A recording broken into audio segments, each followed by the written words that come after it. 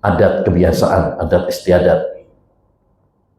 Jadi kalau menurut adat istiadat kebiasaan orang Bandung misalkan, kalau perjalanan Bandung ke Jakarta itu berarti sudah safar ya, walaupun naiknya Wus ya.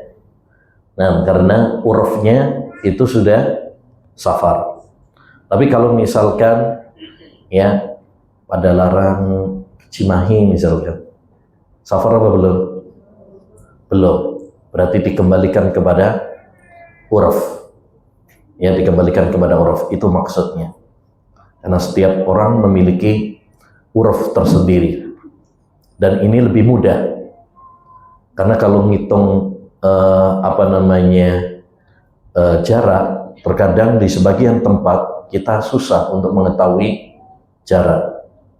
Ya.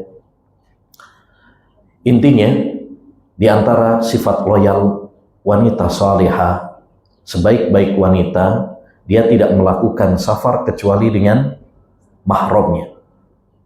Bahkan dalam hadis yang lain, Rasulullah SAW menjadikan ini sebagai tanda keimanan. Ya, dalam hadis Bukhari Muslim, Nabi SAW mengatakan, la yahillu limra'atin tu'minu billahi wal yaumil akhir an tusafira masirata yaumin wa layla illa ma'adi mahram, atau kama qala sallallahu. Tidak halal berarti haram. Tidak halal bagi seorang wanita yang beriman kepada Allah dan hari akhir. Seakan-akan Nabi SAW mengatakan, kalau seorang wanita itu beriman kepada Allah dan hari akhir, tunjukkan keimanannya tersebut dengan tunduk kepada hadis ini, yaitu tidak melakukan safar kecuali didampingi oleh mahram. Kalau dia ngeyel istilahnya, kalau dia menerjang larangan Nabi SAW ini, berarti tandanya ada yang bermasalah pada keimanannya. Ya, jadi dalam hadis ini Nabi menjadikan wanita yang safar tanpa mahram, wanita yang safar ya dengan mahramnya itu sebagai tanda keimanan. Sebagaimana Nabi SAW menjadikan wanita yang safar tanpa mahram sebagai tanda bahwa ada masalah dalam keimanannya. Ya, karena imanlah yang menjadikan kita semangat untuk melaksanakan ibadah, perintah, dan menjauhi larangan. Pendorong utamanya, motor penggeraknya adalah iman. Yang mendorong kita hadir dalam majelis ilmu seperti ini karena iman. Imanlah yang mendorong kita ya untuk semangat melaksanakan perintah-perintah Allah. Sebagaimana iman juga yang mendorong kita untuk meninggalkan larangan-larangan Allah SWT. Karena iman bukan cuma soal melaksanakan perintah, tapi iman itu juga soal meninggalkan larangan. Ya, jadi orang yang meninggalkan larangan-larangan Allah itu juga termasuk keimanan. Dan perlu diperhatikan dalam hadis tadi, la yahillu limra'atin, tidak halal bagi seorang wanita. Kalau kita belajar bahasa Arab, di sini ada pelajaran bahasa Arabnya? Ada. Ya, penting ya. Mungkin biar naik level, naik kelas. Ya, akhwat yang belajar bahasa Arab mungkin sudah belajar bahwasanya la yahillu limra'atin, imra'atin di situ namanya nakirah. Nakirah itu adalah kata benda yang menunjukkan umum. Ya, la yahillu limra'atin di situ nakirah. jatuh setelah nafi, la yahillu, tidak halal. Dalam kaidah disebutkan kalau ada isim nakirah jatuh setelah nafi, ya peniadaan atau larangan, maka itu menunjukkan umum. An-nakiratu fi siyakin naf'i awin nahyi tufidul umum, kata para ulama. Isim nakirah yang jatuh setelah nafi atau nahi, larangan, maka itu menunjukkan umum. Dengan demikian, maka kata tidak halal bagi seorang wanita. Wanita di sini sifatnya apa? Umum. Baik wanita tersebut, ya, mohon maaf, misalkan cantik atau kurang cantik, wanita tersebut muda atau sudah tua, ya, wanita tersebut berkulit putih atau berkulit hitam, semuanya tidak boleh selama dia adalah wanita, ya, selama dia adalah wanita. Dan juga mencakup semua safar, bahkan walaupun safarnya untuk ibadah. Makanya dalam hadis pernah ada seorang sahabat Nabi SAW bertanya kepada Nabi SAW, wahai Rasulullah, istriku, ya, ingin berangkat haji, sedangkan saya telah terjadwal, terdaftar sebagai peserta peperangan ini dan peperangan itu. Jadi suaminya, istrinya mau berangkat haji, tapi dia itu sudah terdaftar untuk ikut perang. Apa kata Nabi? Irji fahujja ma'amro'atik. Kembalilah ke rumahmu dan temanilah istrimu untuk berangkat apa? Haji. Jadi untuk berangkat haji saja, atau kalau termasuk juga umroh, ya, Nabi SAW memerintahkan kepada seorang sahabat untuk menemani apa? Istrinya, ya, supaya istrinya berangkatnya dengan mahram. Ya, maka ini memberikan faedah kepada kita. Satu, seorang suami menemani istri, ya, untuk berangkat haji atau umrah, ini termasuk amal saleh, pahala, ya, yang dianjurkan oleh Nabi SAW. Ya, yang kedua, bahwa wanita tidak boleh safar kecuali dengan mahram, walaupun perjalanannya untuk ibadah haji atau umrah. Kalau untuk ibadah haji dan umrah saja, yang secara umum biasanya relatif aman, itu saja Nabi SAW tetap memerintahkan suaminya untuk menemani istri. Apalagi kalau perjalanannya relatif tidak aman. Kalau umrah atau haji relatif aman apa tidak? Secara umum relatif aman. Itu saja Nabi tetap memerintahkan supaya seorang istri ditemani oleh suaminya. Kenapa? Karena pertama,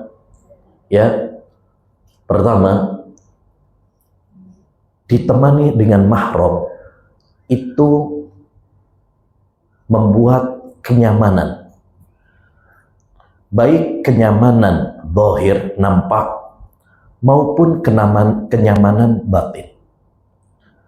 Keamanan zahir maksudnya tidak diganggu sama orang. Namanya orang kalau lagi perjalanan, di tengah perjalanan mungkin ada yang ganggu, ada yang godain, ya kan? Ya, apalagi kalau dia misalkan wanita tersebut cantik, ya, gemesin, gitu ya. Apalagi berpakaian apa seksi, biasanya ada pandangan-pandangan jahat atau orang-orang nakal yang suka apa? Goda, mengganggu, dan lain sebagainya. Maka disyariatkannya seorang wanita safar disertai dengan mahram tujuannya untuk apa? Melindungi wanita dari gangguan-gangguan, memberikan keamanan secara apa? Zahir. Yang kedua, keamanan batin. Orang kalau dijaga oleh mahramnya itu lebih terjaga secara batin. Dalam artian apa? Dalam artian dia tidak digoda dan tidak tergoda dengan orang lain. Yang namanya setan ya, kita nggak tahu. Ya, mungkin di tengah jalan ada lelaki yang lebih apa? Ganteng dari suaminya, minta nomor HP, ketemu opa-opa, ya, opa-opa Sunda. Nah, siapa tahu ya kan? Kita nggak tahu gitu kan? Atau ya, jadi ini istilahnya memberikan kenyamanan secara batin. Kalau ada suaminya, ya dia lebih terjaga, ya lebih terjaga, saling menjaga suaminya dan menjaga suami juga menjaga istri. Maka ini intinya ya di antara sifat karakter ya khairun nisa, sebaik-baik wanita, yaitu dia tidak melakukan safar perjalanan jauh kecuali didampingi oleh mahramnya. Kecuali kalau bukan safar ya, kalau cuma dekat-dekat saja tidak mengapa, tidak harus dengan mahram. Ya, misalkan yang dekat-dekat sini saja, misalkan, ya tidak mengapa, tidak harus dengan mahramnya. Masa mau ke pasar aja harus dengan mahramnya? Enggak. Tapi kalau bisa dengan suaminya lebih bagus ya. Ya lebih biar ada yang ngebosin. Ya. Jadi intinya itu, semua itu dalam rangka untuk apa, akhwat? Menjaga wanita itu sendiri. Ya, menjaga secara zahir dan menjaga secara batin. Kecuali kalau dalam kondisi darurat. Karena kaidah yang disebutkan para ulama, ad-darurat tubihul mahdurat. Darurat itu membolehkan sesuatu yang hukum asalnya enggak boleh. Contoh misalkan ada seorang akhwat, ummahat, misalkan berangkat haji atau umrah dengan suaminya. Qadarullah ternyata suaminya meninggal di Mekah atau Madinah. Berarti nanti pulangnya tanpa mahram. Ini boleh. Karena kondisi apa? Darurat. Ya, kondisi darurat. Atau misalkan ya kalau dia wajib hijrah, wanita tersebut wajib untuk hijrah, seperti dulu Ummu Salamah ketika hijrah dari Mekah ke Madinah itu tidak disertai oleh mahramnya. Itu kondisi apa? Darurat. Ya, kondisi darurat. Intinya kalau kondisi darurat maka itu hukumnya apa? Boleh. Ya, boleh. Nah, berikutnya bait yang ke-6, halaman 6, masafahat li ajnabiyyin minha walah talat bi ajnabiyyin anha. Sifat dan karakter khairun nisa, sebaik-baik wanita adalah dia tidak berjabat tangan dengan laki-laki non mahram yang bukan mahramnya.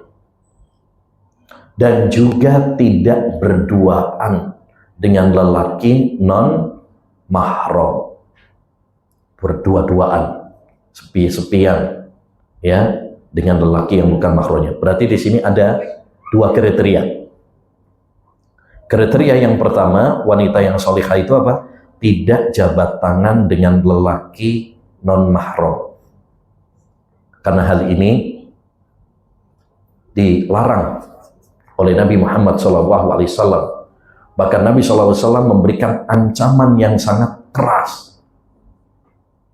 Sebagaimana dalam riwayat At-Tabarani dan dihasankan oleh Syekh Al-Albani rahimahullah dalam kitab beliau Silsilah Sahihah, bahwa Nabi SAW bersabda, la ayyud ana fi ra'si rajulin bimihyatin min hadidin khairun lahu min ayyamassam ra'atan la tahillu lahu.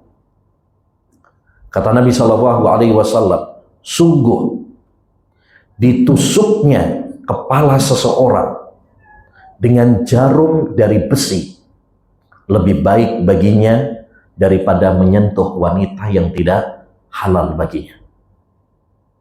Ya, hadis ini peringatan yang sangat keras dari menyentuh wanita yang bukan mahramnya, yang tentu saja ini menunjukkan keharaman. Ya, karena ancamannya sangat keras. Oleh karenanya jangan tertipu dengan banyaknya orang yang menerjang larangan ini.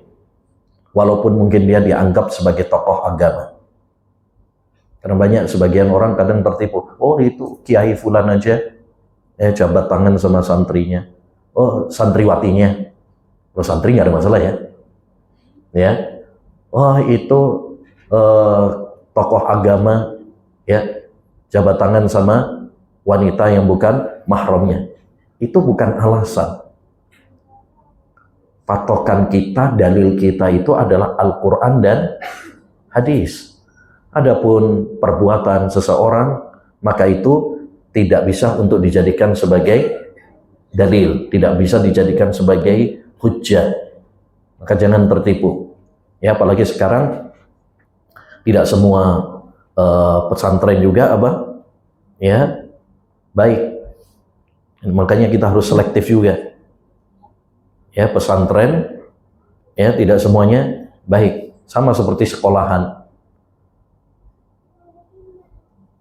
Walaupun kita tidak boleh juga untuk suudzon atau tidak boleh juga untuk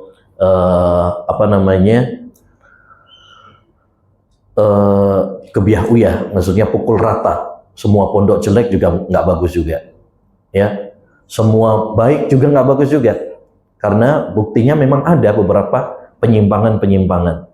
Ya, terutama pada aliran-aliran yang sesat, aliran-aliran yang menyimpang. Oleh karenanya kita harus selektif, terutama kalau mungkin kita sebagai orang tua yang ingin memondokkan anak, itu harus selektif.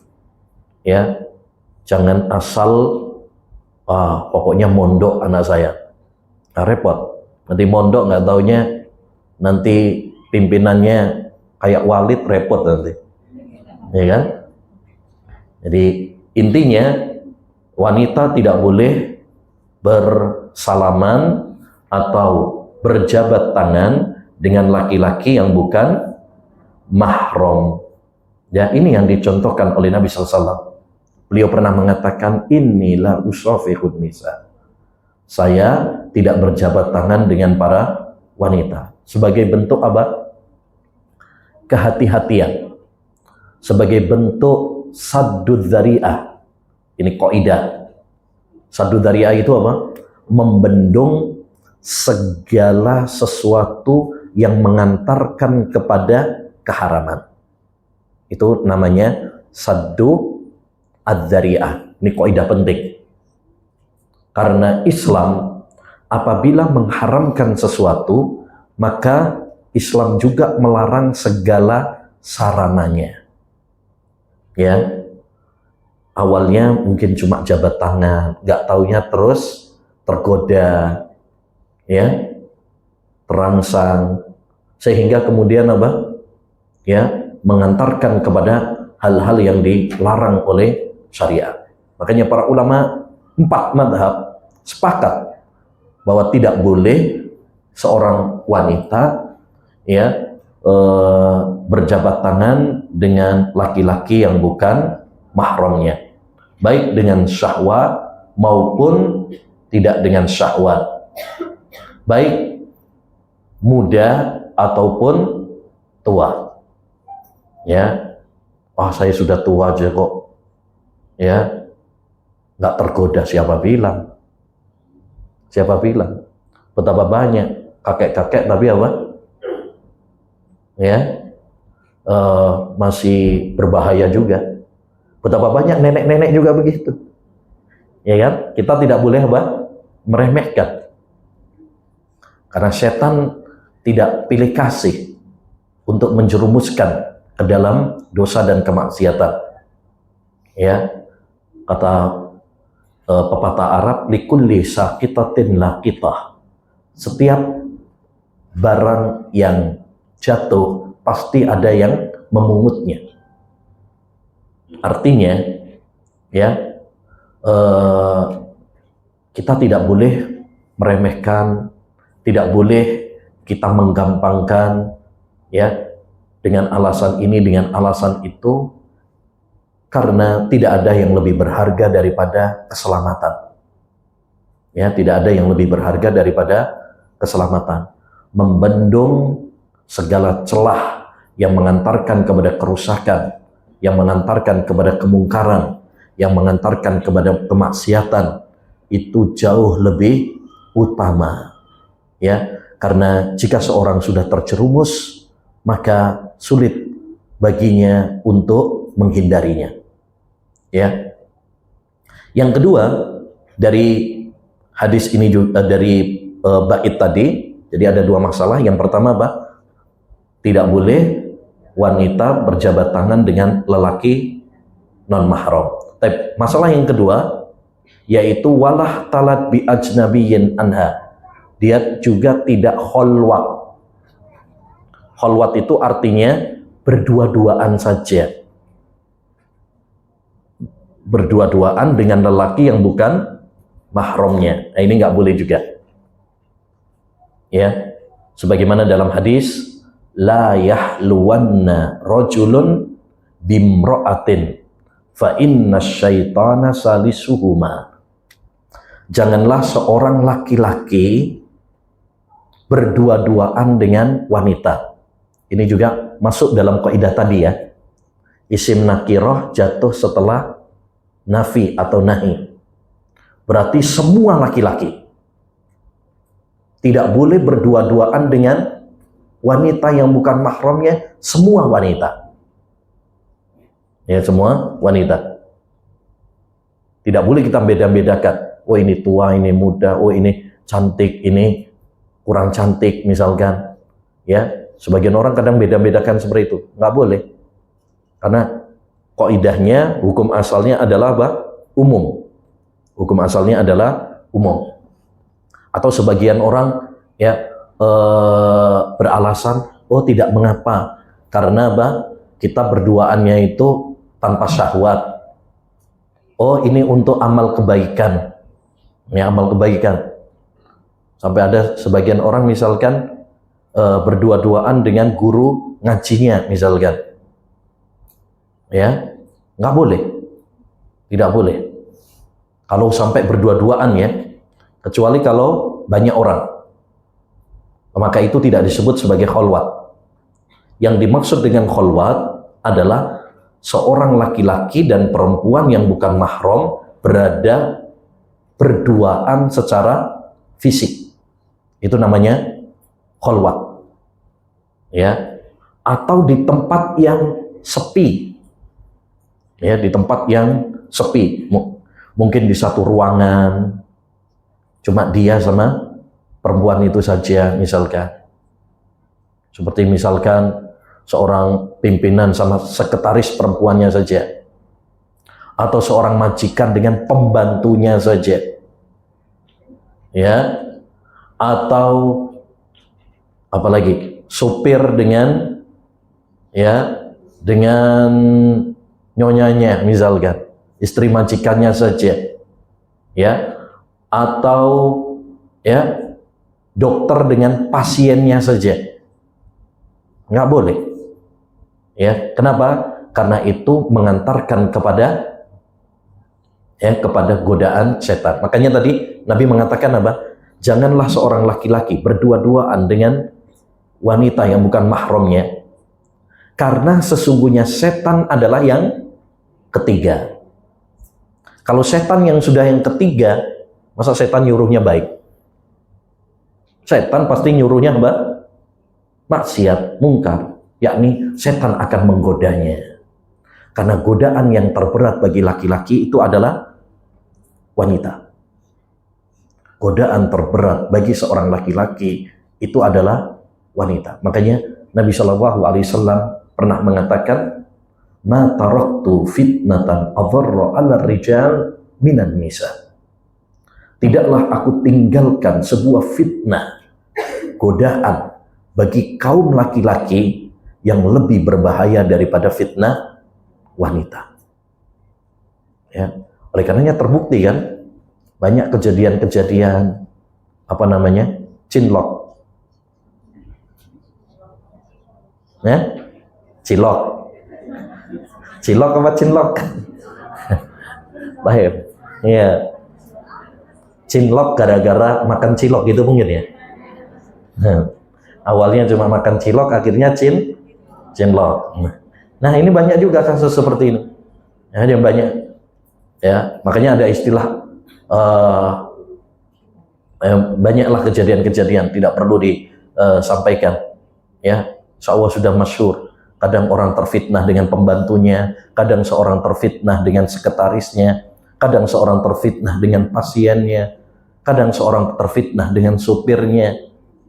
Ini banyak kejadian-kejadian seperti ini karena meremehkan larangan Nabi Shallallahu Alaihi Wasallam. Yang harus diakui bahwa manusia itu lemah, terutama menghadapi godaan syahwat. Ya, wanita tergoda dengan laki-laki, laki-laki tergoda dengan wanita. Ya, apalagi kalau itu cantik, misalkan tampan, terus sepi, nggak ada orang. Ini godaan setan lebih apa? Lebih besar, ya, lebih dahsyat.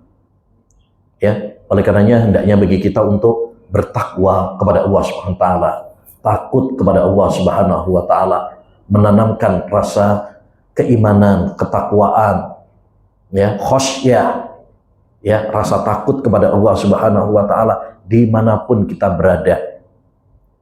Bahkan walaupun kita sudah menikah, jangan pernah merasa aman. Oh, saya sudah nikah, aman. Nggak boleh. Betapa banyak orang sudah nikah tapi tetap apa? Tergoda. Karena setan tidak pernah putus asa untuk menggoda anak Adam. Ya. Ada. Sebagian sudah 50-an ke atas, sudah anaknya udah 5. Ya. Tapi ternyata apa? Ternyata suaminya selingkuh atau istrinya yang selingkuh. Banyak. Padahal udah tua. Sudah tua. Yang ironis kadang pernah sampai ada terjadi perselingkuhan karena tadi sama guru ngajinya. Sama guru ngajinya. Mungkin dia merasa lebih nyaman. Atau mungkin istilahnya puber kedua gitu ya. Nah, bahkan pernah ya sampai pernah terjadi sampai pada taraf perzinaan saat umroh. Ya, bayangkan orang saat umroh tujuannya untuk ibadah, tapi namanya setan, walaupun di tempat yang suci, ya, itu tidak menjamin kita untuk selamat dari dosa dan maksiat. Ya. Karena fitnah yang sangat besar adalah fitnah tadi lawan jenis. Ya, seorang ulama saja dulu, Sa'id ibnul Musayyab, Imam ahli Madinah, dia pernah mengatakan, saya yang sudah berumur 80 tahun, waktu itu sudah umurnya berapa? 80 tahun. Beliau mengatakan, tidak ada yang lebih saya khawatirkan terhadap diri saya daripada fitnah wanita. Itu sekelas Imam Sa'id bin Musayyib, ya, Imam ahli Madinah, ahli hadis, dengan usia 80 tahun. Nah, kalau umur 80 tahun beliau mengatakan seperti itu, bagaimana dengan yang masih muda? Tentu syahwatnya menggelora. Bagaimana juga kalau beliau tahu zaman sekarang, di mana godaan semakin besar, ya, setiap orang punya media sosial, ya, menampilkan profilnya, menampilkan kepribadiannya, ya, bahkan aktivitas hariannya ditampilkan. Ini sangat berbahaya. Oleh karenanya tidak boleh bagi kita untuk apa? Khalwat, ya, khalwat, berdua-duaan dengan laki-laki yang bukan mahramnya. Dan ini untuk nasihat bagi kita, dan bisa kita nasihatkan juga untuk anak-anak kita. Ingatkan kepada mereka, terutama kalau sudah balik, sudah menginjak usia balik, lagi sudah remaja, 20-an sampai 25, ini waktu-waktu memuncaknya syahwat. Ya, makanya banyak anak-anak muda, apalagi kalau udah malam mingguan, carinya tempat yang remang-remang, ya nggak usah jauh-jauh, di Kota Baru juga banyak kalau malam mingguan, ya kan, carinya tempat-tempat yang gelap. Nah, ini yang ketiganya adalah setan. Ini bahaya, ya, khawatirnya berawal dari berdua-duaan, akhirnya berujung kepada perzinaan. Ya, semuanya berawal dari boncengan, ya, antar jemput kayak Gojek, nanti kemudian cari tempat yang sepi, nanti bisa berujung kepada zina. Setan bertahap, ya, tidak langsung menjerumuskan, tidak langsung menceburkan seseorang ke dalam maksiat, tapi dia pelan tapi pasti. Makanya Allah Subhanahu wa taala menegaskan dalam surat Al-Isra ayat 32, kalimatnya wala taqrabuz zina. Janganlah kalian mendekati zina.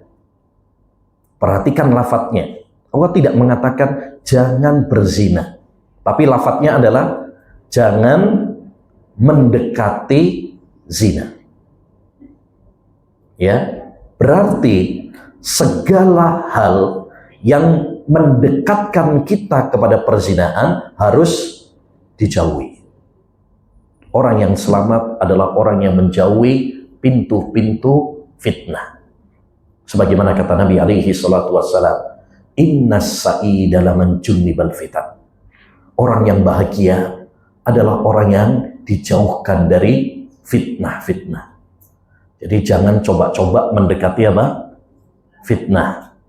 Ya, hendaknya bagi kita berusaha lari sejauh-jauhnya dari segala hal yang bisa menjerumuskan kita kepada dosa dan kemaksiatan kepada Allah Subhanahu wa taala, terutama dosa zina, karena godaannya sangat dahsyat, terutama pada zaman kita sekarang, terutama lagi bagi kaula muda. Maka nasihatkan kepada anak-anak kita, ya, baik pria maupun wanita, ya, agar mereka takut kepada Allah Subhanahu wa taala, bukan hanya takut kepada orang tua.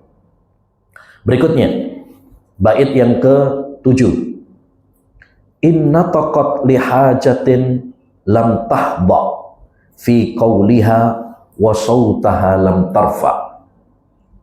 Jika dia berbicara dengan laki-laki, ya, karena ada keperluan, dia tidak melemah lembutkan suaranya. Maksudnya tidak memerdukan, dibuat-buat suaranya, dan juga tidak meninggikan suaranya. Maksudnya tidak keras-keras. Kalau ngomong sewajarnya, ya, tidak terlalu pelan, tapi juga tidak terlalu keras kayak orang di pasar, ya, tapi juga tidak pakai memerdukan, dilembut-lembutkan, ya, disahdukan, tidak. Nah, jadi salah satu kriteria khairun nisa, sebaik-baik wanita yang salihah, yaitu dia menjaga nada bicaranya. Betul, hukum asal suara wanita itu bukan aurat. Hukum asalnya suara wanita itu bukan aurat.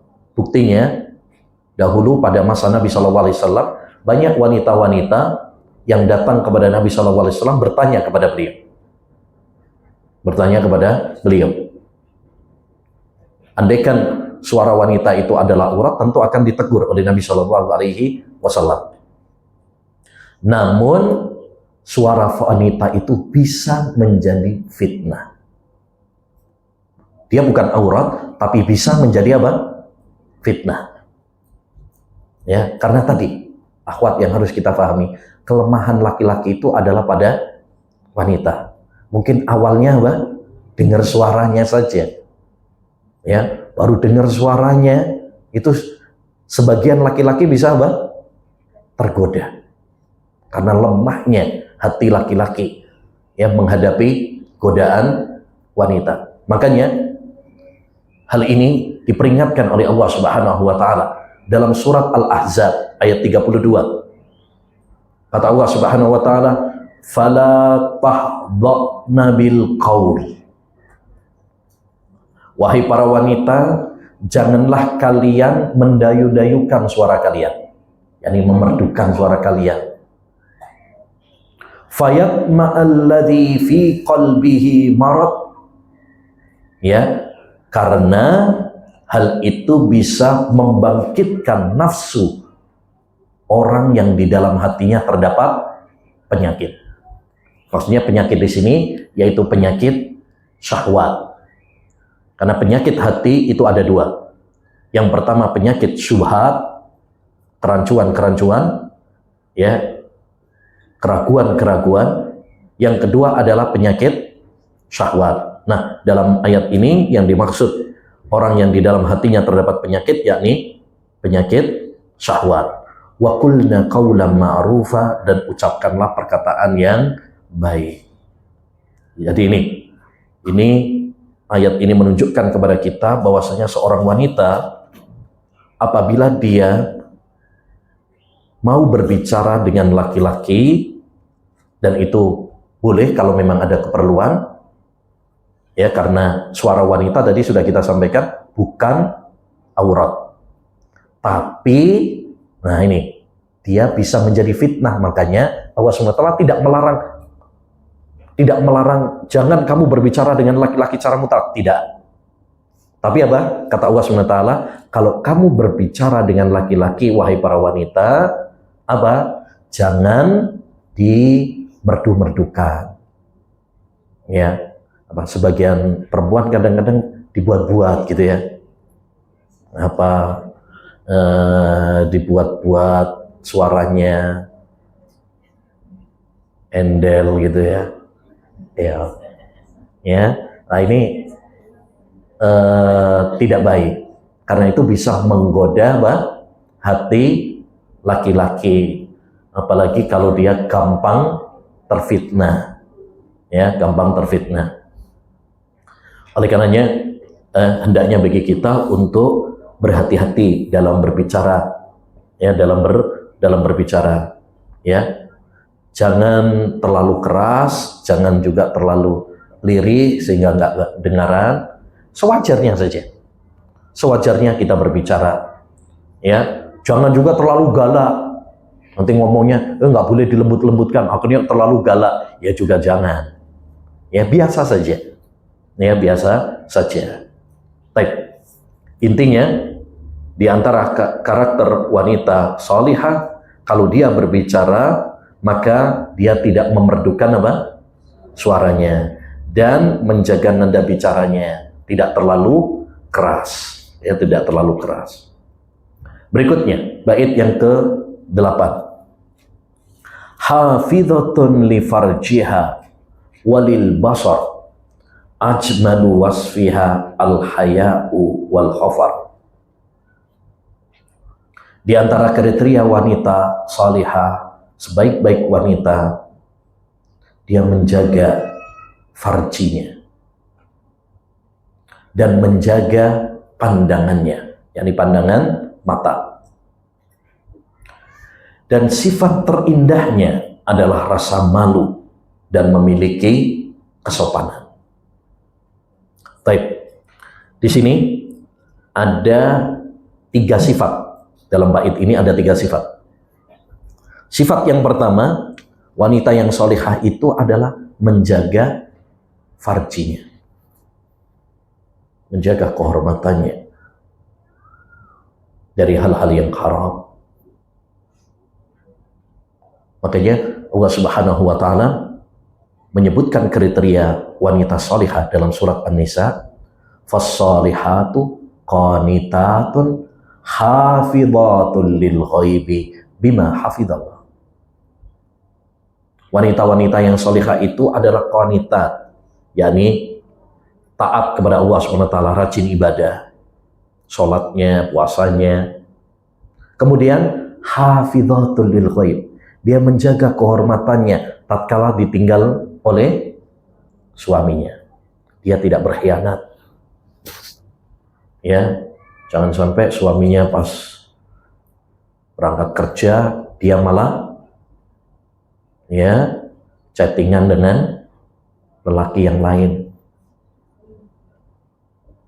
apalagi sama mantan. Nah, bisa CLBK nanti ya Bu ya. Apa itu CLBK? Cinta lama belum kelar. Cinta lama bersemi kembali. Cinta lama bubarkan keluarga. Karena biasanya kalau sudah CLBK begitu sudah hancur rumah tangganya. Ya. Makanya betul sebagian ulama, Yahya bin Abi Katsir pernah mengatakan ada 3 hal, jika 3 hal ini menimpa sebuah keluarga, maka akan dicabut keberkahan dari rumah tangga. Yang pertama, khianat. Yang kedua, zina. Yang ketiga, pemborosan. Apa saja tadi? Khianat. Yang kedua, zina. Yang ketiga, boros. Maka hati-hati dari 3 hal ini. Kalau 3 hal ini terjadi pada rumah tangga kita, maka Allah Subhanahu wa Ta'ala akan mencabut keberkahan. Jadi salah satu sifat wanita salihah adalah menjaga farji dari hal-hal yang haram seperti zina, seperti liwat, ya, LGBT, atau onani, ya, atau dosa-dosa yang lain. Ya, ini penyakit-penyakit, termasuk penyakit kelainan seksual, ya. LGBT, termasuk juga ada sebagian yang kadang sampai berhubungan dengan hewan. Ini ada ya, makanya ada hadisnya, Rasulullah melarang, ya, melarang dari perbuatan tersebut karena ada yang melakukan, dan itu termasuk penyakit dan kelainan seksual. Dan pada zaman kita sekarang tantangan kita bukan cuma sekedar zina, tapi ada yang lain juga, LGBT, lesbi, ya, homo, ini banyak, ya. Bahkan sekarang komunitasnya ada,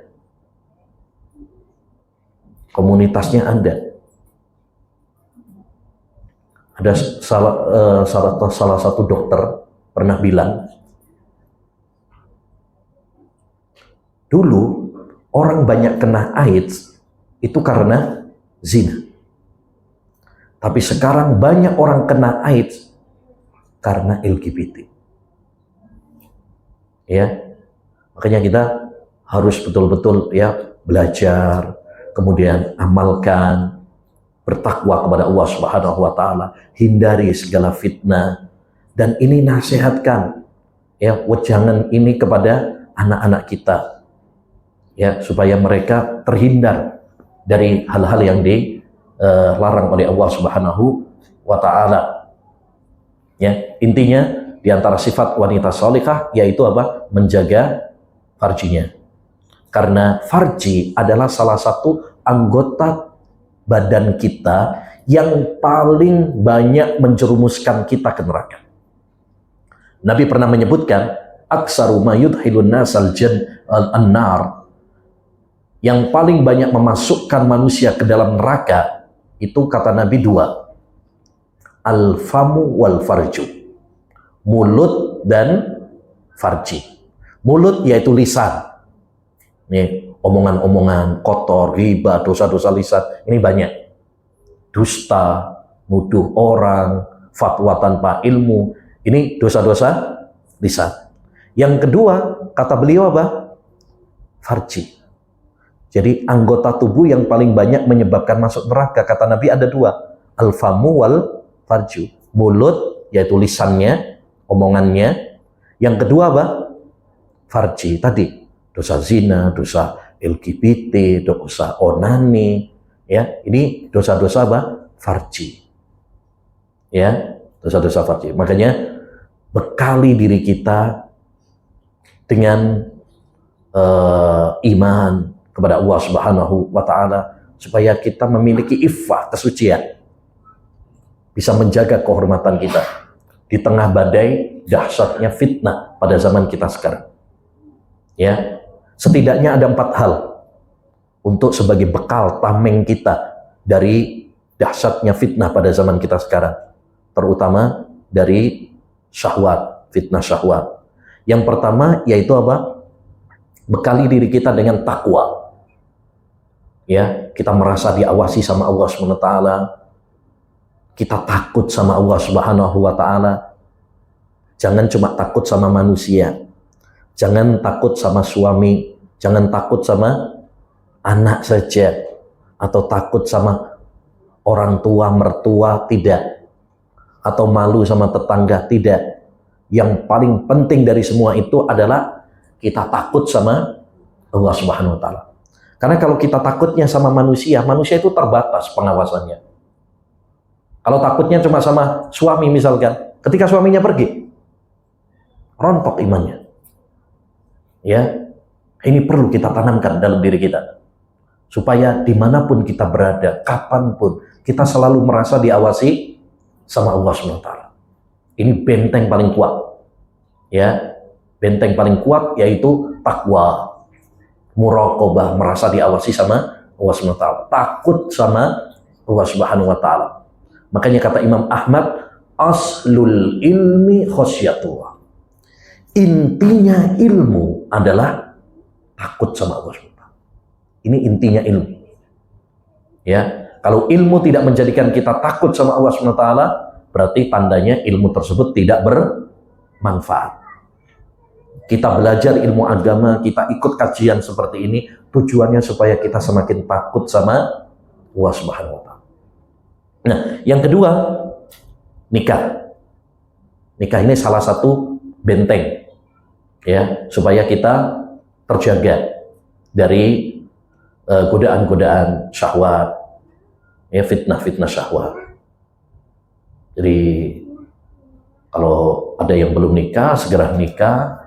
Atau kalau misalkan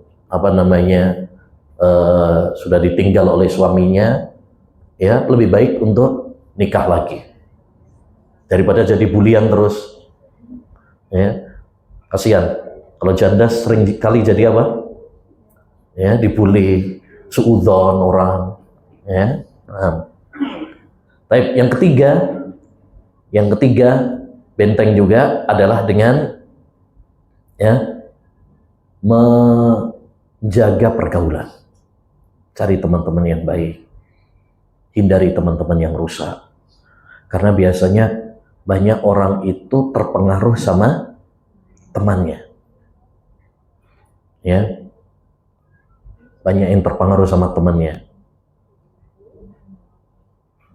Temannya melakukan, misalkan berani sama lelaki yang lain. Akhirnya dia apa? Ikut-ikutan. Nah, kayaknya menantang juga ya, kayaknya seru juga ya, akhirnya terpengaruh sama godaan-godaan setan. Ya, setan itu bukan dari jin saja, dari manusia juga ada ya, yang mengajak kita kepada kemaksiatan. Maka cari teman-teman yang baik, lingkungan yang baik, komunitas yang baik ya, yang insya Allah itu ada dalam majelis ilmu. Makanya cari komunitas-komunitas akhwat yang suka kajian, yang suka kegiatan-kegiatan sosial yang bermanfaat. Sibukkan diri kita dengan hal-hal yang bermanfaat. Nah, ini yang keempat ini. Ya, tambahkan lagi, yaitu apa? Sibuk dengan hal-hal yang bermanfaat. Jangan banyak nganggur. Jangan banyak bengong. Karena kalau nganggur, kosong, bengong, ini rawan godaan setan. Ya, kerjanya cuma pegang HP saja, nggak ngapa-ngapain. Nah, ini bahaya ini malah. Ya, ini bahaya. Sibukkan dengan hal yang bermanfaat. Baik itu bermanfaat dari sisi agama, ibadah, dapat pahala, atau kegiatan yang positif. Olahraga, masak misalkan. Ya, masak, apalagi? Ya, belanja. Wah, enak ini. Ya. Pokoknya jangan apa? Jangan nganggur. Jangan nganggur. Karena nganggur itu berbahaya. Nganggur itu berbahaya. Baik. Sifat yang kedua, kata beliau apa? Walil basar. Wanita yang solehah itu adalah menjaga pandangan matanya. Wah, ini berat ini zaman sekarang. Ya. Jaga pandangan. Jaga pandangan ini perintah Allah SWT untuk kaum laki-laki dan juga untuk kaum perempuan. Allah mengatakan dalam surat An-Nur ayat 30, "Kullil mu'minina yaghuddu min absarihim wa yahfadhu furujahum." Katakanlah kepada orang-orang yang beriman agar mereka menjaga pandangan mereka dan menjaga farji mereka. Dimulai dengan apa? Jaga pandangan. Baru yang kedua menjaga farji. Didahului dengan menjaga pandangan mata, karena dosa farji biasanya diawali dengan dosa mata. Makanya kan, masih ingat nggak dulu ada ungkapan, dari mana datangnya cinta? Hah? Dari mata turun ke hati. Jadi dari mata dulu, pandangan mata dulu. Setelah mandang, baru kemudian cinta itu turun ke hati. Nah itu, makanya dalam ayat tadi juga begitu. Ya, katakanlah kepada orang-orang yang beriman supaya mereka menundukkan pandangan mereka dan menjaga farji mereka. Dimulai dulu supaya supaya menjaga pandangan dulu. Karena dosa farji berawal dari dosa mata. Ya, dosa mata. Ya, baik. Begitu juga dengan para wanita. Allah perintahkan, wa kullil mu'minati yaghdudna min absarihinna wa yahfadna furujahunna. Katakanlah kepada wanita-wanita yang beriman agar mereka menundukkan pandangan mereka dan menjaga farji mereka. Jadi harus saling menjaga apa? Pandangan. Laki-laki menjaga pandangannya dari wanita, demikian juga wanita menjaga pandangannya ya dari laki-laki. Kenapa? Karena tadi ya ini menjadi jembatan awal yang mengantarkan kepada dosa farji. Ya, dosa farji. Dan ini berat pada zaman kita sekarang. Hanya wali-wali Allah yang bisa melakukannya. Ya, hanya orang-orang yang betul-betul bertakwa kepada Allah yang bisa melakukannya. Jika dahulu saja zaman sahabat, ada seorang sahabat Nabi, Abdullah bin Mas'ud, pernah mengatakan gini, hifdzul lisani syadid. Menjaga lisan itu apa? Berat. Walakinna hifdzal basari asyaddu minhu. Tapi menjaga pandangan lebih berat lagi. Jaga lisan itu kan berat ya Bu ya. Ya, ibu-ibu pas ngumpul disuruh nggak ghibah. Aduh, bisu kayaknya. Susah. Ya. Ayo ngumpul tapi nggak boleh ghibah. Aduh, gatel ya. Baik. Berat, menjaga lisan itu berat. Tapi menjaga mata, kata sahabat Ibnu Mas'ud, lebih berat lagi. Masya Allah. Apalagi pada zaman kita sekarang, menjaga mata kita dari media sosial. Mungkin kita kalau pas lagi di jalan, pas lagi taklim, Masya Allah, solihah semuanya kayaknya. Masya Allah, solihah semuanya, nunduk gitu ya, sampai nabrak. Ya. Baik. Tapi pandangan mata di media sosial, IG, YouTube, apalagi drakor, ya, lihat opa-opa ganteng, wah ini tantangan paling berat. Begitu juga laki-laki, sama aja. Laki-laki paling berat sekarang, ya, tantangannya juga sangat berat. Jadi sama-sama, ya. Oleh karenanya ini penting, menjaga pandangan mata ini penting semampu kita. Betul, ini ada zaman kita sekarang mungkin berat, terutama kalau kita lagi di luar. Kalau lagi di luar sangat berat, karena mau ke kanan, mau ke kiri, mau ke depan, ke belakang, semuanya banyak yang pamer aurat. Ya, gratis lagi. Gratis, tis, ya, nggak pakai bayar. Tapi yang paling berat lagi adalah tadi, setidaknya yaitu pandangan mata kepada media sosial. Ya, yang ada di media sosial. Ini jauh lebih berat. Kenapa jauh lebih berat? Satu, karena sekarang semuanya punya media sosial. Yang kedua, sepi. Mungkin kalau kita di luar, mungkin masih memiliki sifat apa? Malu. Ya, karena di luar. Ya, masa di luar apalagi cadaran lagi melototin suami orang kan nggak enak ya. Ya, masih ada malunya lah. Tapi kalau di kamar sendirian, ya, di kamar sendirian, ini tantangan yang sesungguhnya. Ya, tantangan sesungguhnya. Di kamar sendirian, nggak ada suami, nggak ada anak. Nah, ini tantangan yang sesungguhnya. Makanya sebagian ulama pernah mengatakan kalimat yang sangat indah.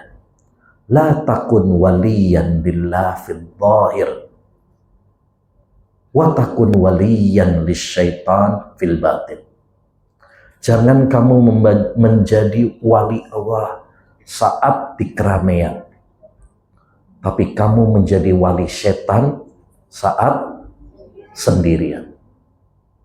Jadi tantangan yang sesungguhnya, fitnah yang sesungguhnya itu menjaga pandangan kita saat sedang sendirian, yaitu memandangi apa?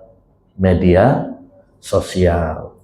Ya, oleh karenanya ya kurangilah tontonan-tontonan yang tidak bermanfaat, ya, tontonan-tontonan apalagi kalau di situ ada adegan-adegan yang tidak, ya, tidak baik, ya. Ini hendaknya bagi kita untuk berusaha menjauhinya dan meninggalkannya untuk kebersihan hati kita.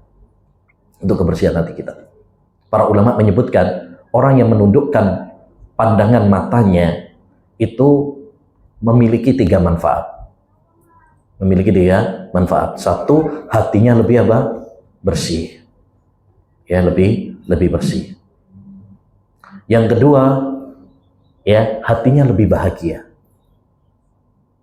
Lebih bahagia. Lebih tenang. Ya. Dan yang ketiga, terjaga dari hal-hal yang haram. Terjaga dari hal-hal yang haram. Baik, ini sifat yang kedua.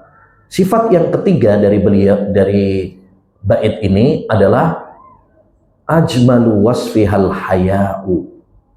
Ya, sifat terindahnya adalah pemalu. malu.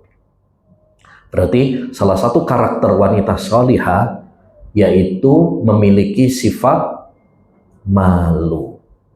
Jadi sifat malu itu sifat yang terpuji. Al-haya'u la ya'ti illa bi khair. Malu itu tidak mendatangkan kecuali kebaikan. Bahkan Nabi SAW menyebutkan wal haya'u syu'batun minal iman. Sifat malu itu termasuk cabang dari keimanan. Jadi malu bukanlah kelemahan ya. Ya, biasanya orang menganggap wanita yang pemalu itu dianggap apa? Lemah. Bukan.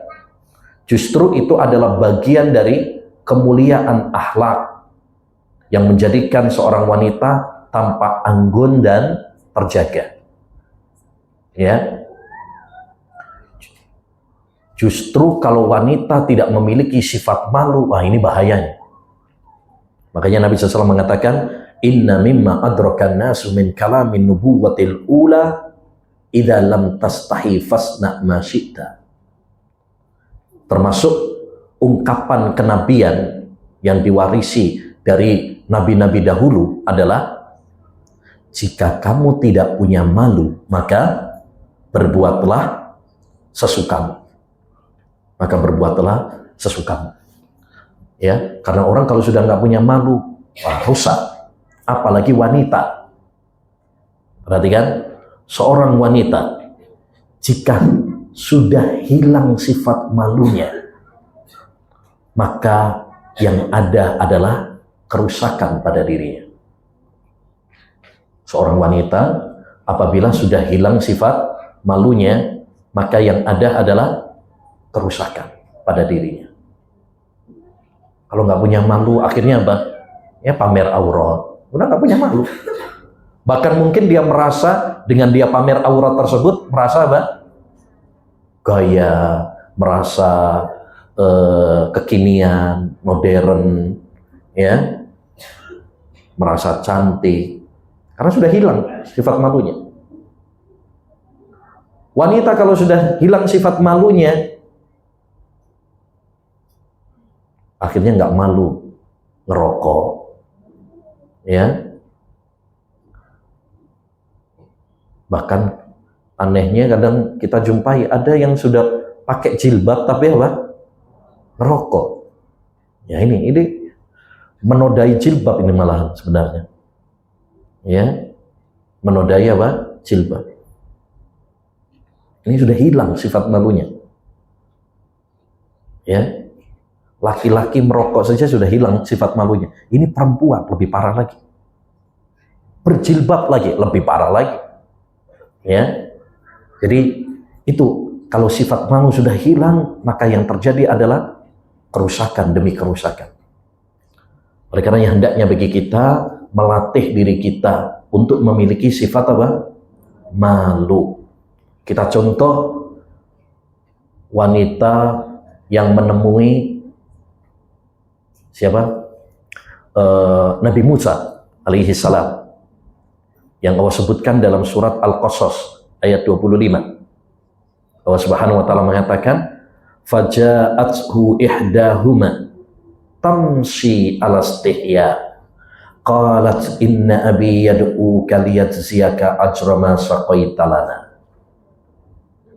Kemudian datanglah kepada Musa salah seorang dari kedua perempuan itu. Ini kisah Nabi Musa yang bantuin dua wanita itu loh ya.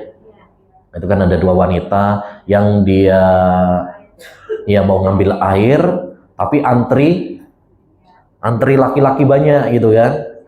Dia nggak mau ikut antri, dia nunggu nanti kalau yang laki-lakinya sudah sepi dia baru ngambil. Ya, nggak mau desek-desekan campur dengan laki-laki, dia nggak mau. Kenapa? Malu. Melihat pemandangan tersebut, akhirnya Nabi Musa ingin bantu. Setelah bantu, nah, ya, datanglah salah satu dari wanita tersebut.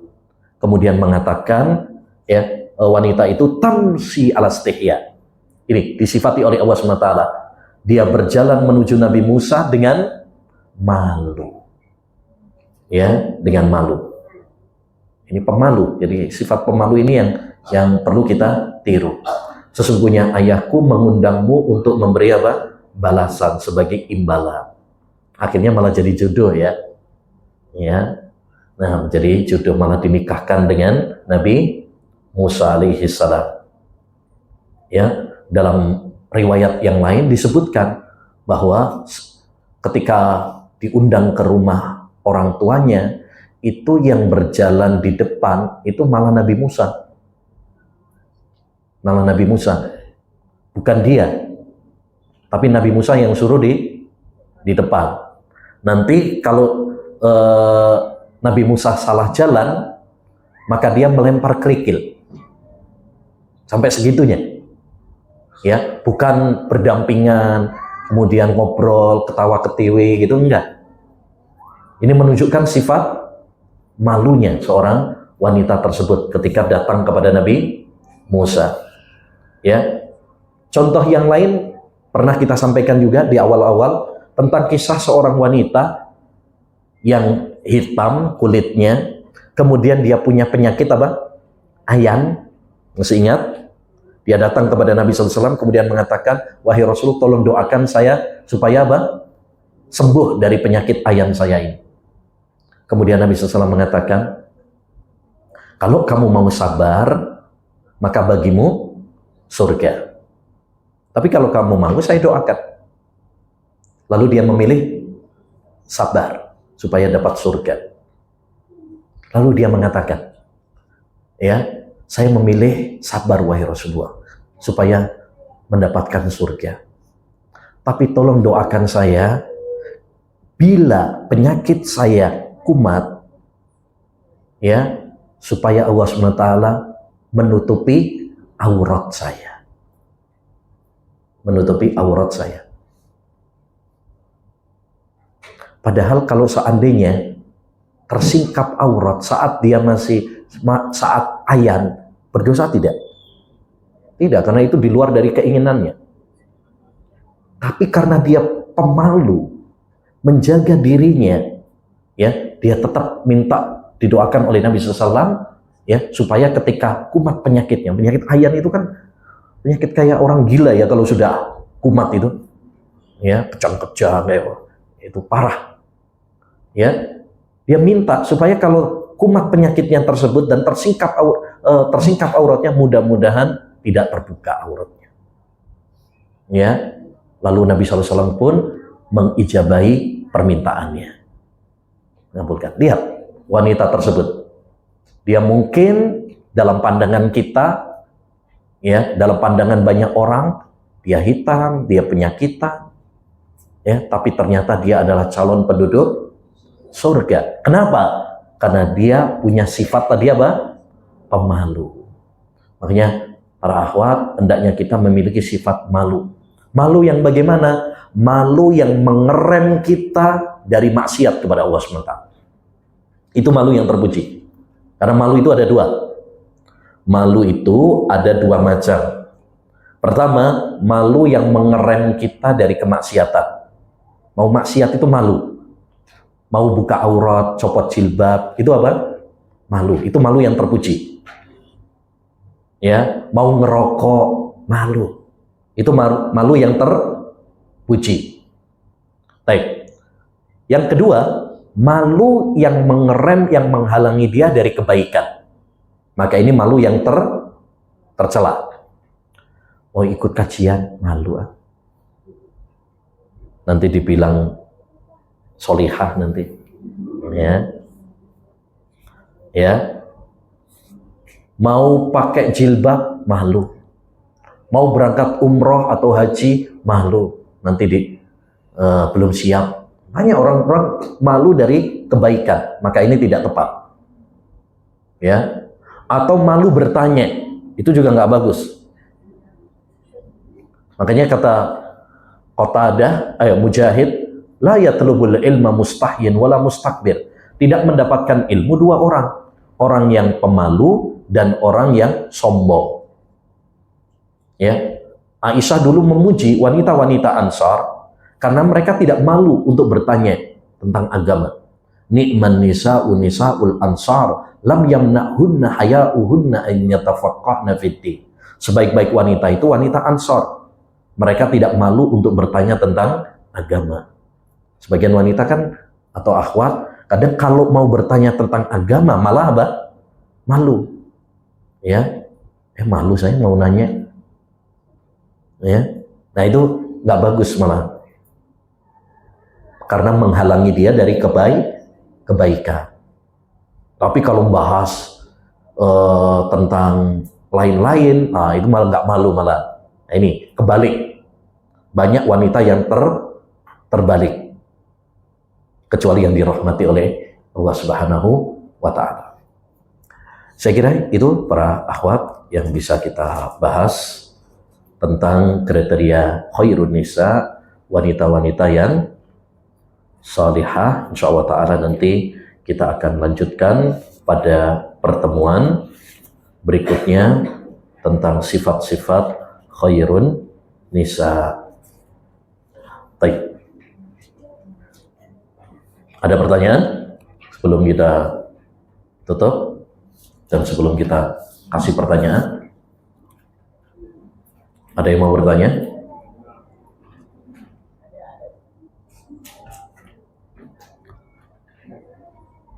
Ya, barusan dibahas ya, nggak boleh malu bertanya. Ya.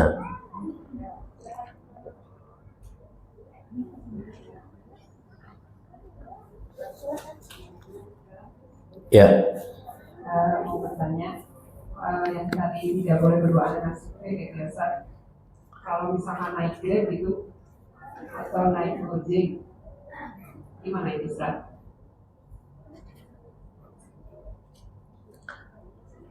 Nah, kalau Gojek pakai sepeda motor itu kan, wah itu bahaya. Nanti dia pura-pura ngerem dada lagi, ya.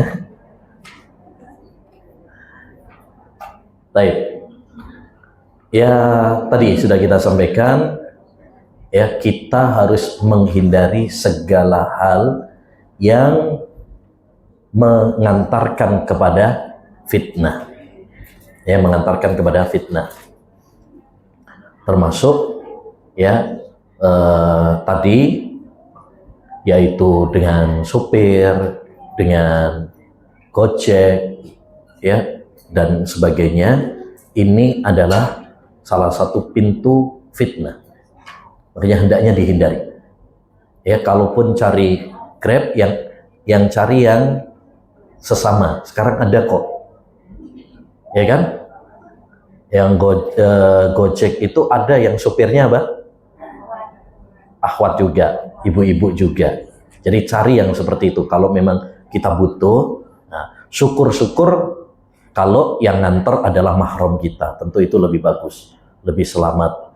Atau kita nyetir sendiri, nah ya kan?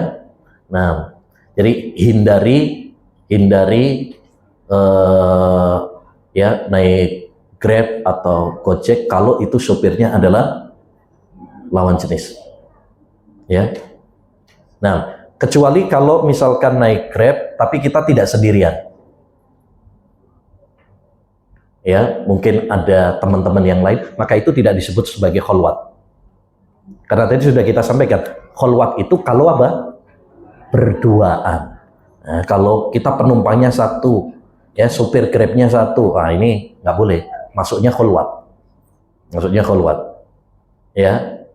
Tapi kalau misalkan rame-rame, misalkan satu jamaah akhwat misalkan 5 orang misalkan, terus supirnya laki-laki, itu tidak mengapa karena itu bukan kholwat, itu tidak termasuk kholwat. Ya, yang bahaya kalau apa? Seorang diri. Ya, bisa nanti dibawa kemana kita repot juga ya kan? Ya, dibawa ke rumahnya supir Grabnya repot nanti. Ya, atau tadi Gojek juga, kalau Gojek itu terlalu dekat malahan ya, bisa bersentuhan.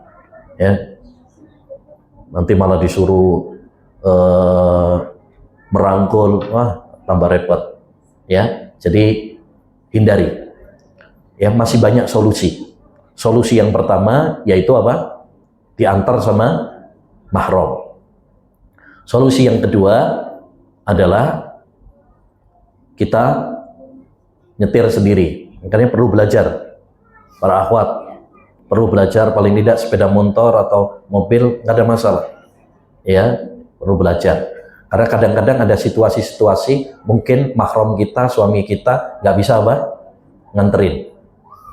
Ya, apalagi biasanya salah satu tugas ibu-ibu antar jemput anaknya. Ya, ini. Type yang ketiga, ya, kalau memang kita perlu tadi apa namanya, ya, Gojek tadi, ya, cari yang sopirnya apa? Akhwat, sesama akhwat.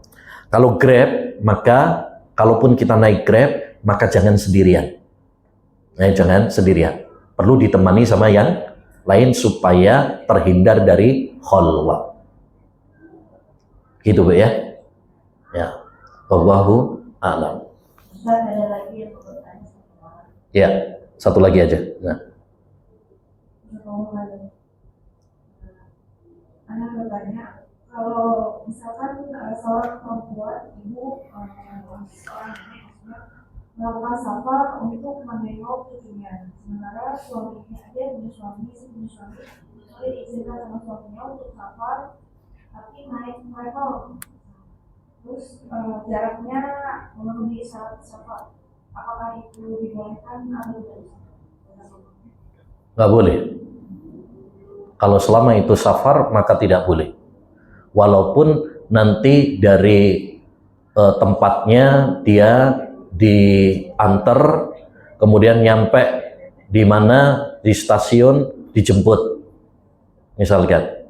Berarti kan selama perjalanan itu dia tidak ditemenin sama mahramnya, ya. Walaupun sudah nenek-nenek, ya. Tadi seakan-akan ini nenek gitu ya kan, mau ketemu sama cucunya, ya. Sudah nenek-nenek, udah tua, paling juga nggak ada yang naksir sama dia. Siapa bilang? Ya, siapa bilang? Justru nenek-nenek itu perlu ditemani, mungkin ya, daripada mungkin dia salah alamat, salah jalan, sakit dada, ya, pingsan di jalan, kita nggak tahu juga, ya. Jadi hendaknya ditemani oleh mahramnya demi menjaga, ya, sang nenek tersebut.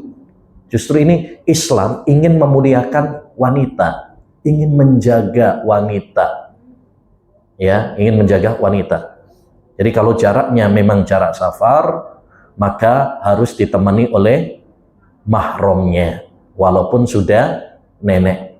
Karena lafadz hadisnya itu umum, la yahillu limro'atin, tidak halal bagi seorang wanita, wanita siapapun. Tadi sudah kita sampaikan, baik itu muda maupun tua, baik cantik, apalagi cantik banget, ya, nah itu nggak boleh, ya, tidak diperbolehkan, walaupun diizinkan oleh suaminya, ya, karena keridhaan atau izin suami itu tidak menghalalkan sesuatu yang dilarang oleh syariat. Suami membolehkan, tapi syariat melarang. Siapa yang kita taati? Syariat. Karena Nabi mengatakan la ta'ata li makhluk fi maksiatil khaliq. Tidak ada ketaatan kepada makhluk dalam hal maksiat kepada Allah Subhanahu wa taala. Ya, contoh misalkan, kalau suami mengizinkan istrinya copot jilbab, boleh nggak istrinya copot jilbab? Di luar ya maksudnya, di luar. Kalau di dalam mah nggak apa-apa ya. Baik, udah, kalau kamu memang apa namanya mau nggak jilbaban, mau copot jilbab, silahkan aja. Saya ridho kok. Ya, apakah boleh bagi seorang wanita untuk mencopot jilbabnya karena suaminya membolehkannya? Tidak, tidak. Jadi yang menjadi patokan adalah, ya, agama, syariat. Ya, walaupun suaminya mengizinkan, walaupun sudah tua, justru saya bilang kalau sudah nenek-nenek itu justru malah perlu untuk ditemani, karena dia sudah nenek-nenek. Ya, takutnya nanti malah salah alamat, takutnya malah kejang-kejang di jalan, kita nggak tahu, ya, jantungan di jalan dan lain sebagainya. Ya, ini penting karena sebagian, terutama biasanya pas haji atau umroh, banyak nenek-nenek dibiarkan, ya, berangkat tanpa mahram. Akhirnya banyak nyampe sana nyasar, ya, nggak ngerti jalan karena ya faktor usia juga, ya kan, faktor usia. Tapi kalau misalkan ada yang nemenin dia, mahramnya, anaknya atau cucunya, dia lebih apa? Nyaman, lebih nyaman. Tadi sudah kita sampaikan, safar dengan mahram itu hikmahnya adalah memberi kenyamanan dari dua sisi, memberikan kenyamanan dari sisi fisik, ya, demikian juga dari sisi batin, dia lebih nyaman, lebih tentram gitu ya. Nah, wallahu a'lam bishawab. Baik, sekarang giliran saya yang nanya ya. Siap?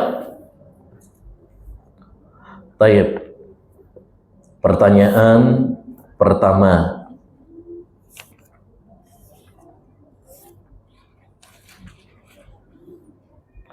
Pertanyaan pertama tadi kita sampaikan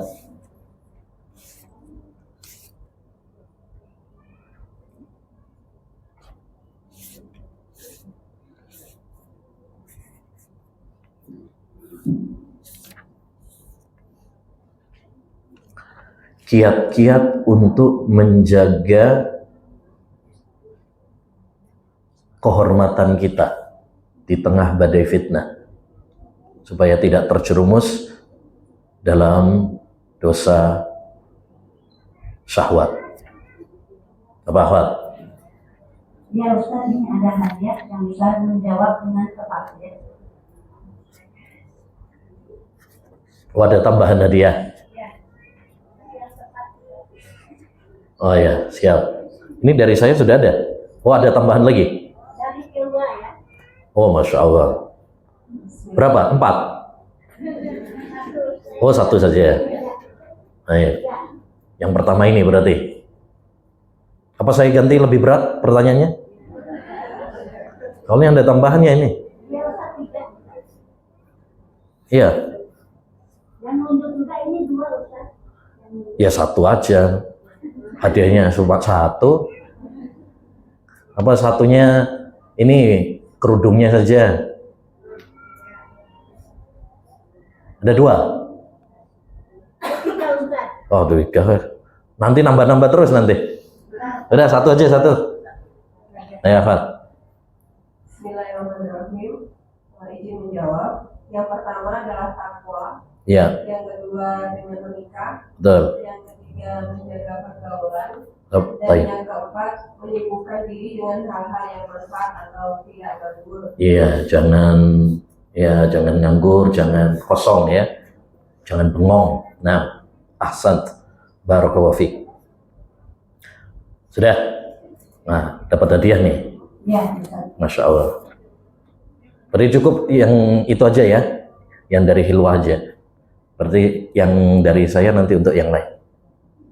Baik, pertanyaan yang kedua. Pertanyaan yang kedua.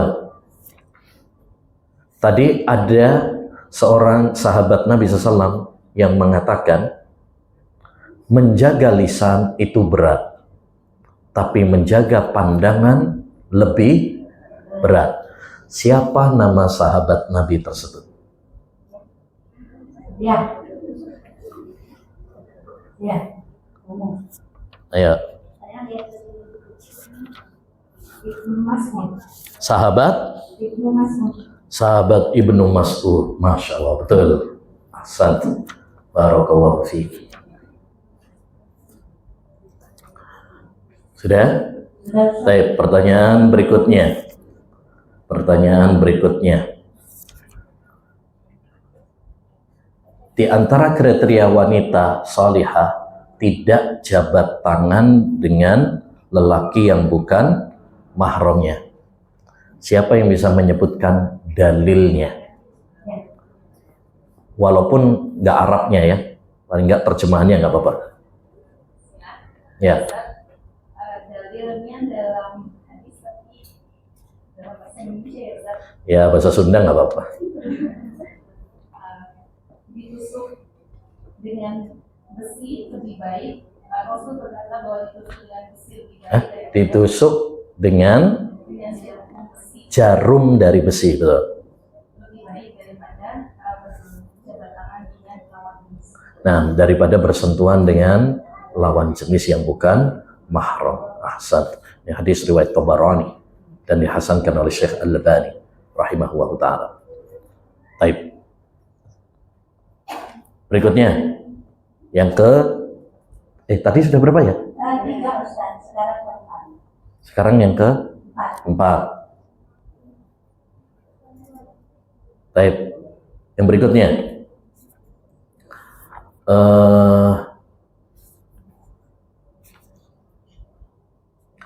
Tadi kita sampaikan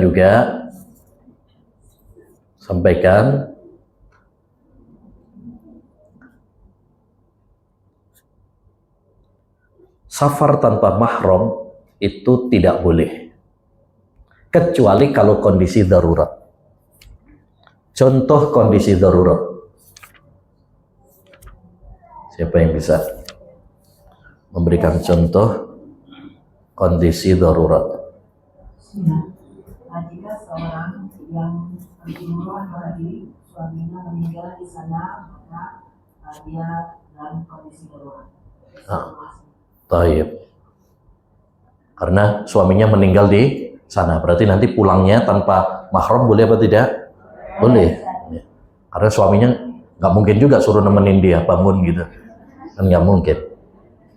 Taib, ahsan. Taib yang terakhir. Berarti yang pertama tadi enggak ya? Ya, taib. Pertanyaan yang terakhir.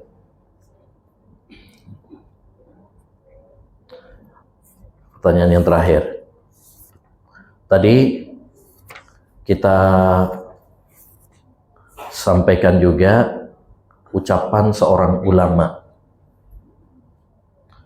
Saya berusia 80 tahun. Tapi yang paling saya takutkan pada diri saya adalah godaan wanita. Siapa nama ulama tersebut? Ada yang bisa? Ada yang bisa?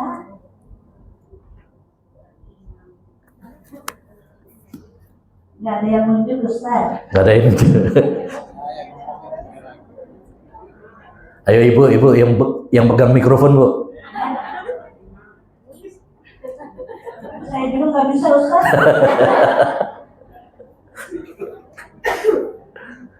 Siapa akhwat tadi?